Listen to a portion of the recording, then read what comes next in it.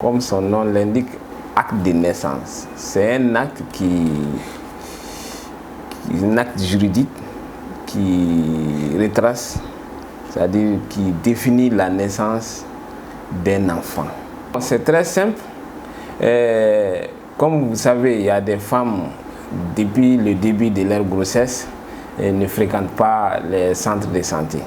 Mais dès qu'une femme fréquente les centres de santé, depuis le début de la grossesse jusqu'à l'accouchement, dès l'accouchement, les sages-femmes doivent établir ce qu'on appelle la déclaration de l'enfant. Cette déclaration peut être faite soit par la sage-femme, soit par l'un des parents ou bien du nouveau-né. L'importance d'un acte de naissance, on ne peut pas... C'est multiple, c'est énorme. À la naissance, un enfant qui n'a pas d'acte de naissance, l'importance de l'acte de naissance est important à plus d'un titre. C'est important au niveau même pour la personne qui est née, c'est important pour les parents de cet enfant et c'est important également pour l'état dans lequel cet enfant est né. Pourquoi? Parce que un enfant qui n'a pas d'acte de naissance, imaginez-vous, est-ce qu'on peut l'inscrire à l'école? On ne peut pas l'inscrire à l'école, alors que l'école est un droit également de l'enfant.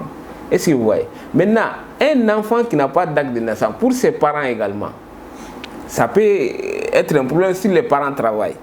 Les parents, à travers la fonction publique ou bien d'autres fonctions, les parents peuvent bénéficier de l'allocation de l'enfant. Et si l'enfant n'a pas d'acte de naissance, ça c'est un problème également.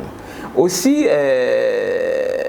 d'un point de vue important également, quelqu'un qui n'a pas d'acte de naissance, nous sommes en train d'aller vers les NINA, si vous voyez, donc les numéros d'identification nationale. Quelqu'un qui n'a pas d'acte de naissance ne peut pas être enrôlé au NINA, alors que dans les jours à venir, c'est presque commencé. On ne peut rien faire sans ces documents.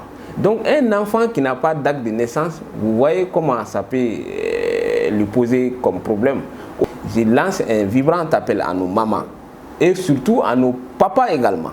Dès qu'il y a naissance d'un enfant, que ce soit dans le cadre d'un mariage ou bien hors du mariage, sachez que cet enfant peut être bel et bien déclaré à la naissance et se procurer d'un acte de naissance pour permettre à cet enfant de bénéficier de son premier droit qui est d'abord l'acte de naissance.